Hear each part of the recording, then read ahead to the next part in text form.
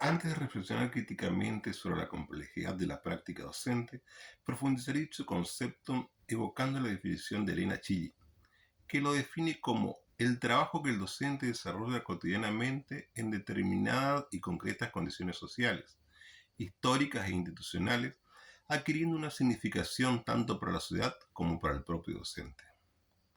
Por lo que se desprende de dicha definición, su acción principal es guiar los procesos de enseñanza y de aprendizaje.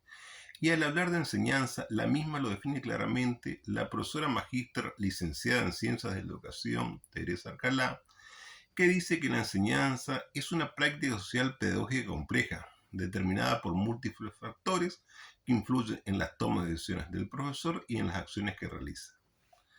Considero importante recordar los principios en que se cimienta la práctica docente, basándome en los apuntes de la carrera de la profesora y licenciada en Ciencias de la Educación Mónica Vargas, que detalla que la misma se trata de una actividad profundamente humana y social, responde a necesidades y funciones determinadas, se fundamenta en un principio ético, donde toda intervención docente tiene que estar comprometida para mejorar la realidad del otro, en un sentido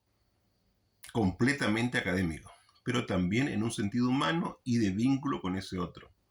siendo su finalidad formar un mejor ciudadano. Concordando con la concepción educativa del filósofo y pedagogo brasileño Paulo Freire, que dice que la educación debe partir de la realidad, lo que implica aceptar el reto de su transformación en razón del bien común y no de intereses egoístas, transformando un mundo desigual e injusto en un mundo ético y profundamente solidario. También, del citado apunte, quiero resaltar que la práctica docente tiene muchas aristas, es compleja, nos invita a considerar una multiplicidad de cuestiones cuando vamos a dar una clase. No solo tenemos que pensar el tema que voy a trabajar, es decir, lo planificado, sino que debemos pensar una serie de dimensiones que reflejan nuestra actividad docente, que de acuerdo a Cecilia Fierro son la personal, la interpersonal, la social, la institucional, la didáctica y la valoral. Considerar dichas dimensiones no permitirá decir qué tipo de práctica docente acorde a las mismas, que a mi entender serían el currículo oculto, vamos a desarrollar para guiar de la mejor manera los procesos de enseñanza y de aprendizaje de nuestros educandos.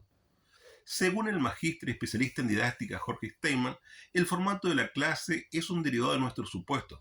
Considero principalmente de nuestra dimensión valoral y personal,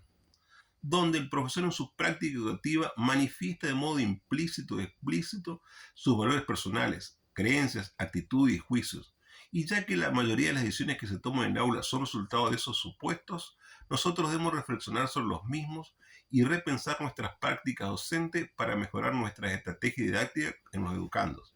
sin dejar de tener en cuenta las problemáticas sociales, la dimensión social, que atraviesa el trabajo docente en su dimensión didáctica, que se evidencian dentro de las aulas, que debemos reflexionar sobre dicha problemática y no verlos como un imposibilitante en nuestra práctica docente, y que no debemos dar nada por sentado. Y en concordancia con la profesora y licenciada en Ciencias de la Educación Lucía Colman, tengo que ver qué puedo aportar yo para mis estudiantes, replantear mi estrategia en caso de ser necesario, cuestionarme qué estoy haciendo y reflexionar críticamente para mejorar mi enseñanza.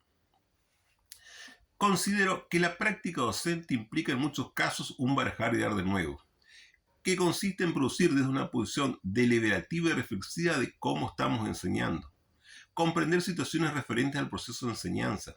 detectar situaciones en las cuales se puede contribuir e intervenir de manera oportuna para solucionarlas,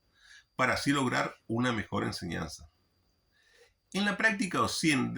docente, viendo el currículo de la perspectiva procesual propuesta por Jimeno Sacristán, se observa cómo el docente lo interpreta y lo ejecuta. Lo realiza con sujetos concretos, los educandos, y en un contexto dado, la dimensión institucional. Y se ven sus efectos educativos reales, el aprendizaje de los educandos, que pueden ser comprobables y comprobados. El docente en su práctica es un mediador y sus actividades están condicionadas por las dimensiones del contexto organizacional que propone Slemenson, que influyen en sus prácticas pedagógicas o de enseñanza, pero no las sobredeterminan. Él es quien tiene que adaptar lo que se pretende enseñar a la realidad y al contexto de su educando con las herramientas que cuenta. Ante la consulta de qué tendría en cuenta para elegir un colegio, el factor institucional que consideré de las dimensiones del contexto organizacional que propone Slemenson que incidiría en mis prácticas docentes fueron las condiciones de trabajo, ya que optaría por un colegio cercano a mi casa para evitar que el cansancio del viaje afecte mis vínculos pedagógicos, la dimensión interpersonal con mi educando y por ende con la calidad de mi enseñanza, la dimensión didáctica. Como conclusión, considero que la práctica docente gira en torno a la transmisión de contenidos, por lo cual el docente debe adoptar una postura reflexiva y crítica de cómo estamos enseñando, comprender situaciones referentes al proceso de enseñanza, detectar situaciones en las cuales se puede contribuir e intervenir de manera oportuna para solucionarlas, para así lograr el aprendizaje significativo propuesto por Ausubel.